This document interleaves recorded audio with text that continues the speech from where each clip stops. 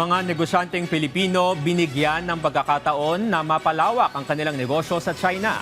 Ito ay sa idinaos na 66th Beijing Franchise Expo. Silipin natin yan sa sentro ng balita ni PTV stringer Mark Fetalco. Sa layuning mapalawak ang ugnayan sa pandaigdigang merkado, lumahok ang Pilipinas sa 66th Beijing Franchise Expo na ginanap sa China National Convention Center sa Beijing.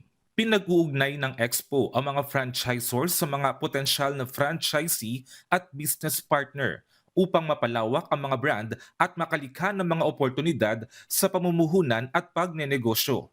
Kabilang sa franchise sectors na itinampok sa Expo ang food and beverage, retail, fashion at iba pa. Ayon kay Glenn Peñaranda, PTIC Beijing Commercial Counselor, isa pa sa mga layunin ng Pilipinas sa paglahok sa Expo ay makahikayat ng mga negosyo at kumpanya na mamuhunan sa bansa. We hope to build more bridges with our Chinese counterparts para hindi lang siguro makita yung mga oportunidad na ma-expand pa yung ating franchise dito. At saka i-invite natin sila na pumunta sa Pilipinas. Binigyan din niya ang kahalagahan ng patuloy na pakikipag-ugnayan sa Chinese counterparts sa sektor ng pagnenegosyo, lalo't itinuturing na pinakamalaking trading partner ng Pilipinas ang China.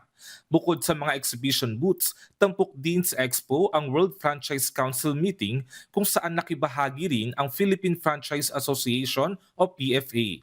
Ayon kay PFA Director for International Relations Chris Lim, bukod sa makakuha ng best practices sa China, layon din nilang mahikayat ang Chinese brands na i-explore ang Pilipinas bilang gateway ng franchising sa buong Southeast Asia.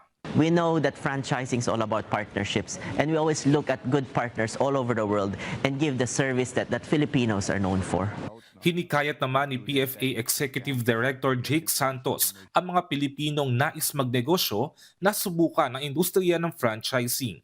Kasabay nito ay pinayuhan niya ang publiko na tiyaking lehitimo at miyembro ng PFA ang kumpanyang nais nilang salihan. Sa paglahok ng Pilipinas sa Beijing Franchise Expo, inaasahang mas maraming oportunidad ang magbubukas hindi lang sa ekonomiya ng Pilipinas, kundi para sa mga ordinaryong Pilipino. Mark Fetalco, Beijing, China.